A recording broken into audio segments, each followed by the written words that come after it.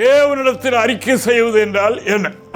அது எப்படி வேதத்தில் சொல்லி இருக்கிறது?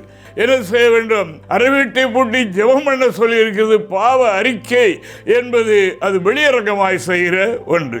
யோசுவா சொல்கிறார், கேட்போம். அப்பொழுது யோசுவா ஆகானை நோக்கி, மகனே, நீ இப்பொழுது இஸ்ரவேலின் தேவனாகிய கர்த்தரை மகிமைப்படுத்து. அவருக்கு முன்பாக அறிக்கை பண்ணி, அவருக்கு முன்பாக அறிக்கை செய்து, அவருக்கு முன்பாக அறிக்கை செய்வது அடுத்த வசனம். நீ செய்ததை எனக்கு சொல்லு, நீ செய்ததை எனக்கு சொல்லு, அதை எனக்கு ஒழிக்காதே என்றார். அதாவது உன்னை நடத்துகிற அதிகாரம் பெற்ற தேவ மனிதனிடத்தில் இப்படிப்பட்ட நிலைமையினில் இருக்கிறது என்று சொல்லி அவர் மூலமாக ஜெபம் பண்ணி மன்னிப்பை பெறுவது தேவனுடைய நியமனம். தேவனுக்கு மகிமை அங்கேதான் தேவன் கொடுத்து வைத்திருக்கிறார்.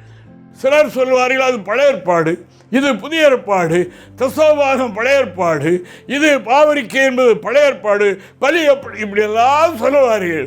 ரெண்டும் சேர்ந்தான் வேதம். இதை மனதில் வைத்துக் கொள்ளுங்கள். வேதம் சொல்லுகிறது, வேதத்தையும் சாட்சியாகமத்தையும் கவனிக்காதவர்களுக்கு விடியற்காலத்து வெளிச்சம் இல்லை என்று சொல்லியிருக்கிறது.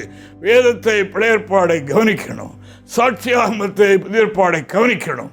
கவனித்து ரெண்டையும் சேர்த்து கை கொள்ளும் போதுதான் விடியற்கால இயேசுவினுடைய வருகையில் இடம் உண்டு என்று சத்தியவேதம் சொல்கின்றது.